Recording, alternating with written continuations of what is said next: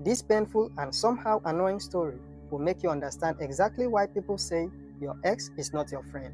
Also, the fact that the suspect in this tragic case had already left a very crucial clue on her TikTok page without anyone paying attention to it makes this case even more heartbreaking.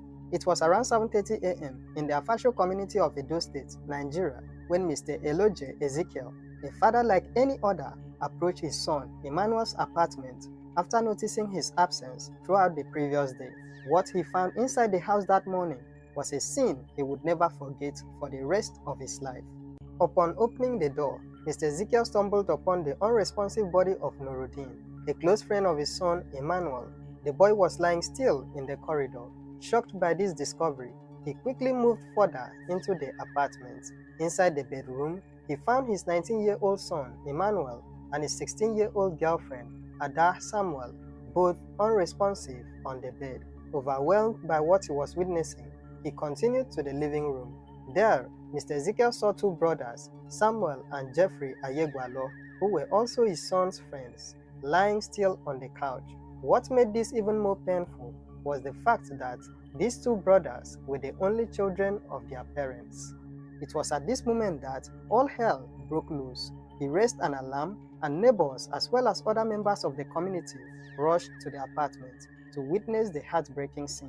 Within a matter of hours, 5 young friends had passed away under the same roof and in a manner that left the people running wild with speculations. In a bid to understand what led to the tragic scene they witnessed that day, people came up with a lot of theories. One of the speculations was that the tragic death could have been a result of generator fumes. Now, this particular theory was not strange because there have been several cases in Nigeria where people turn on their generators, get into their rooms, and never wake up again. However, there was no report on how close Emmanuel's apartment was to the generator house.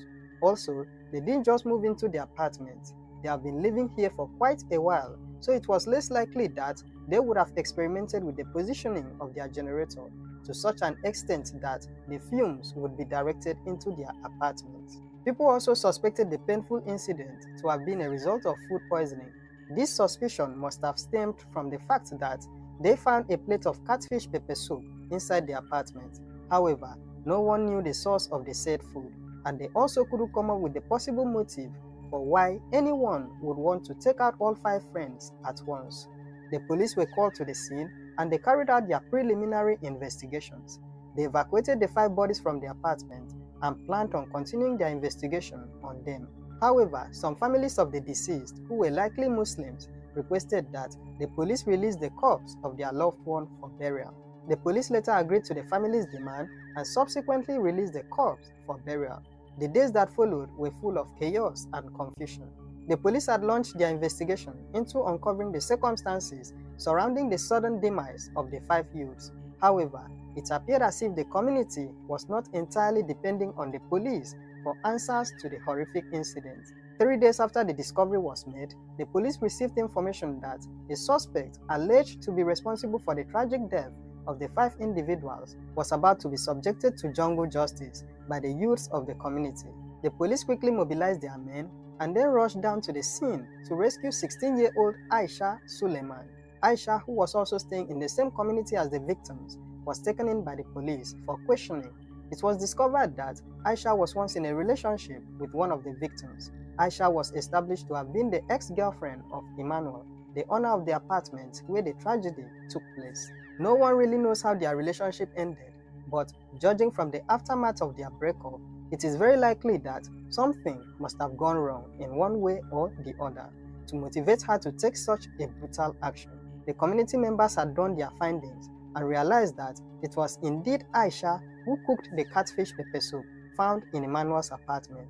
Based on this finding, they concluded that she was the one who poisoned the 5 victims. Now, no one knows for sure what went through Aisha's mind as she planned her act of revenge, but a quick search on her TikTok page showed that she had a rather disturbing perspective on relationships. In one of her posts, she spoke about how a relationship is being overhyped and portrayed it to be something that makes one overthink, feel insecure, cry every night, feel entitled, and experience fake love, promises, and lies.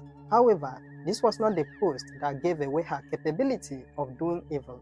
Among her numerous videos and images was this disturbing picture.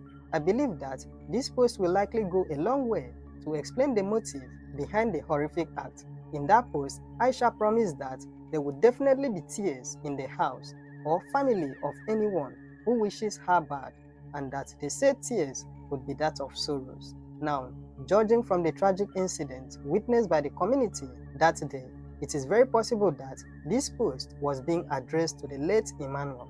It is also very likely that the poisoned food was intended for Emmanuel alone, but his friends and girlfriend were just unlucky to share the meal that day.